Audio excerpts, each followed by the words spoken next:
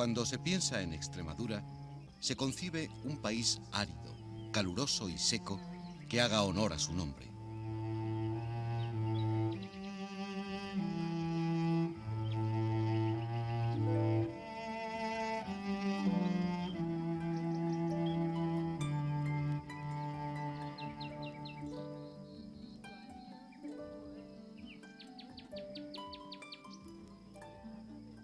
Esta es una umbría en la agreste y bella comarca de las Villuercas, allá en Extremadura.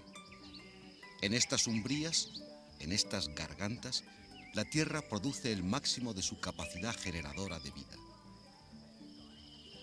Estamos a unos 1000 metros de altura y junto a la corriente de este arroyuelo, que en verano casi se seca, florece un jardín de 1000 especies diferentes. Los robles, los loros, el loro, un bello árbol de la flora húmeda de Canarias y que, sin embargo, aquí sobrevive. Una rareza de nuestra flora arbórea peninsular.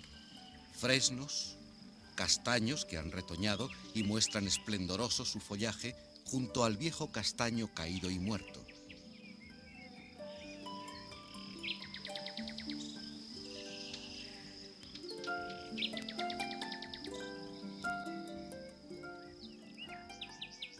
Los alisos, esos parientes del avellano y del abedul, que hunden sus raíces en el agua casi rojiza por el color de la tierra y de la piedra que el agua pule incansablemente.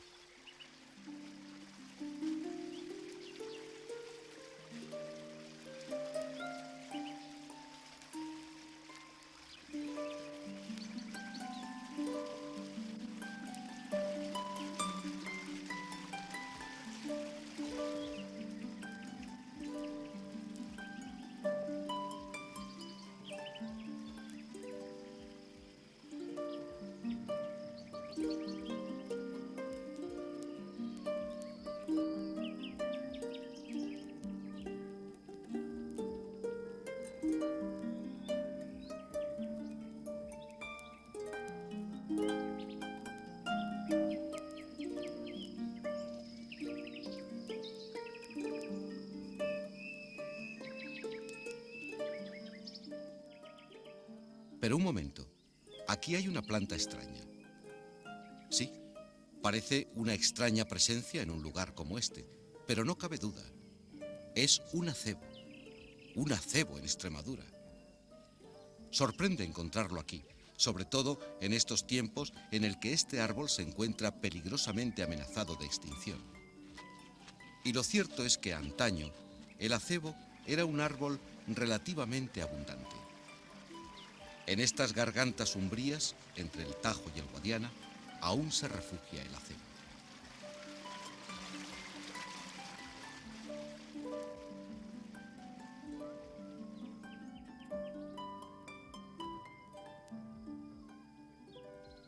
El acebo vive en el contorno de la región mediterránea y llega al norte de Europa y a las Islas Británicas.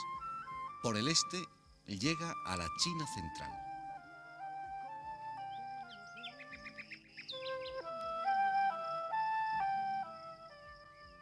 El acebo, cuando no aparece en las umbrías, crece habitualmente bajo bosques de pino silvestre o bajo bosques de robles o hayas.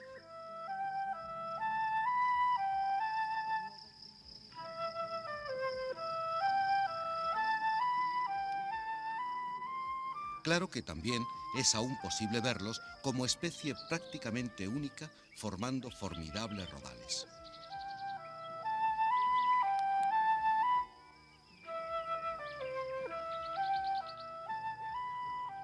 El acebo es un árbol cargado de historia y por ello cargado de importancia.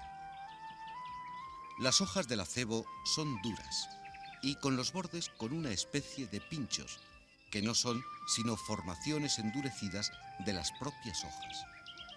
Pero estas son también hojas de acebo.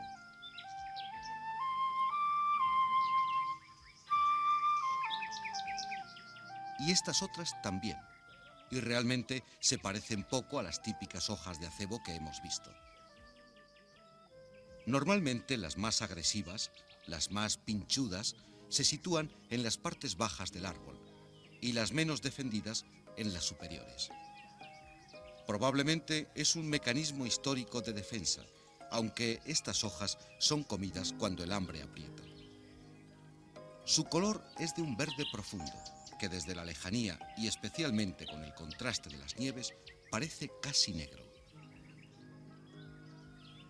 Hojas verde oscuro y brillante, como si estuvieran enceradas. El embés es de un verde más claro, mate.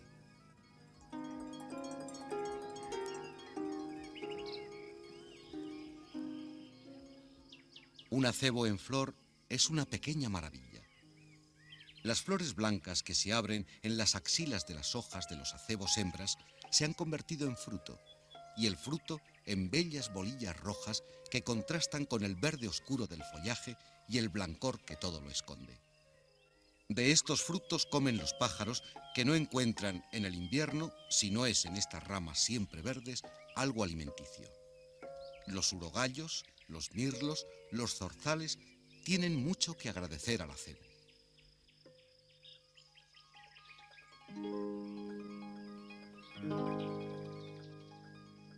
El invierno significa al menos 3 cosas: frío, hambre y letargo. No solo son los pájaros los que encuentran algo que comer en estas marañas. Los gamos, los corzos, algún que otro ciervo y algún que otro animal domesticado consiguen ramonear estas hojas y con ello sobrellevar la dura embestida del invierno.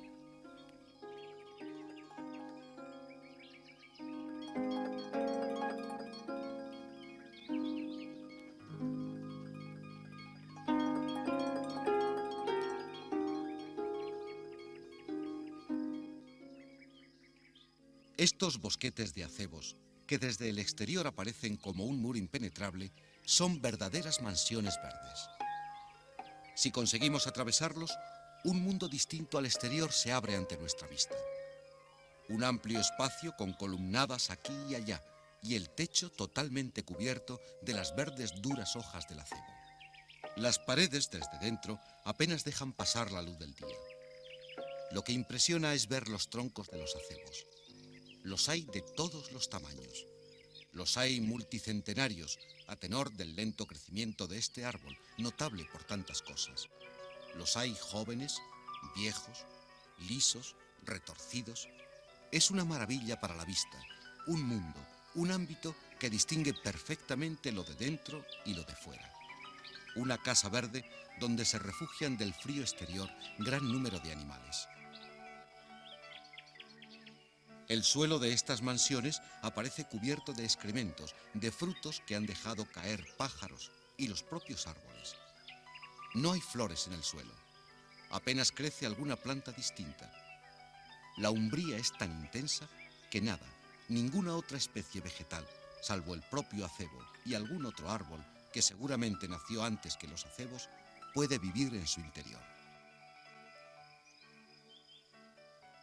Aquí dentro, en esta atmósfera, en este ámbito de sombras y luces, la temperatura en invierno es unos 3 grados más alta que en el exterior, suficiente para permitir un mínimo de resguardo a nuestra fauna silvestre.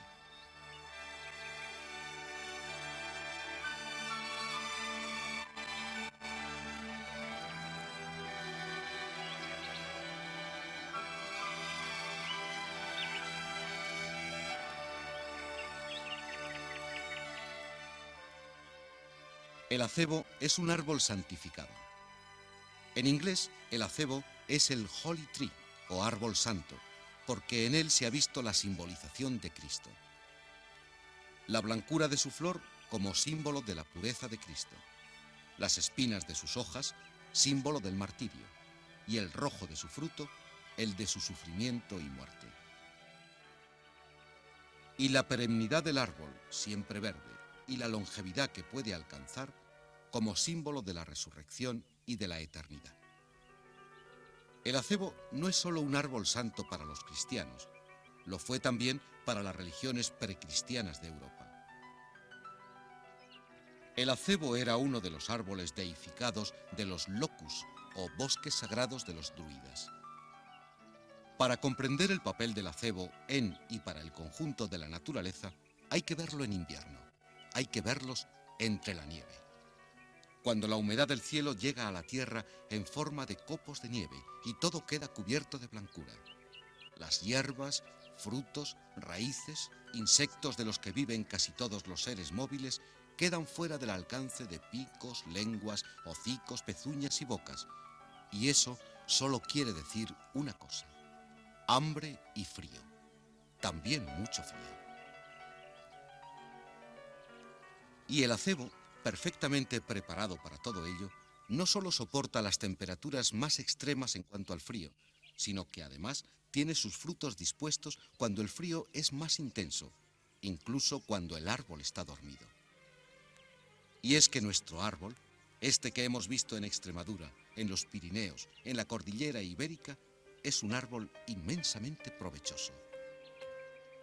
Con sus hojas se hace una infusión que es la bebida nacional en Argentina y Uruguay, el famoso mate.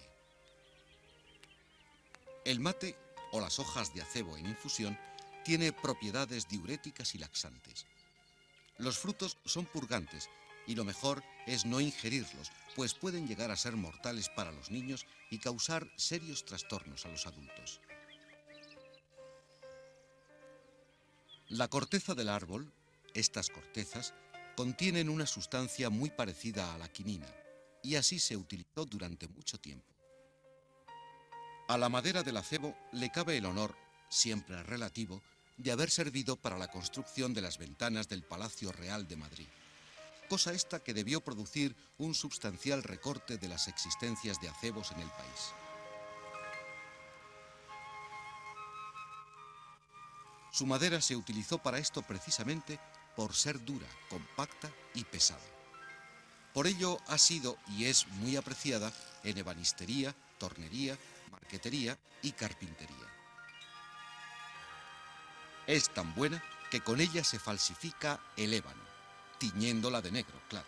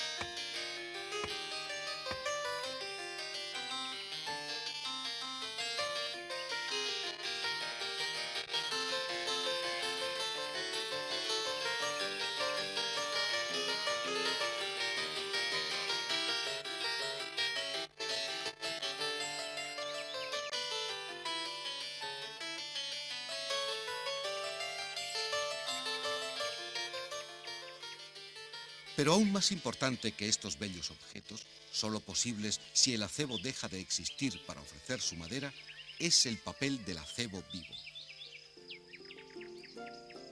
El valor en jardinería es la causa de que se hayan obtenido distintas variedades y coloraciones del acebo. Hay más de 20 clases distintas.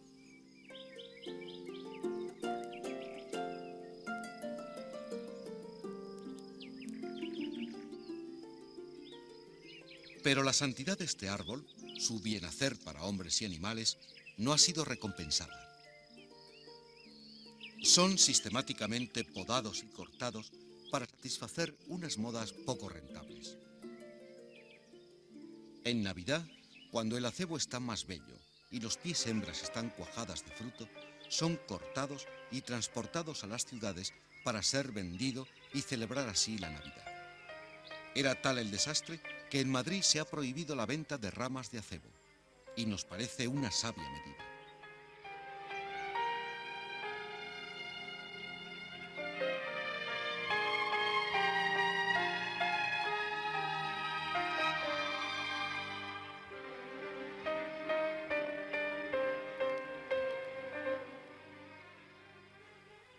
Hoy el acebo es uno de nuestros árboles protegidos, y esto es el mejor homenaje que podemos rendir a nuestro acebo.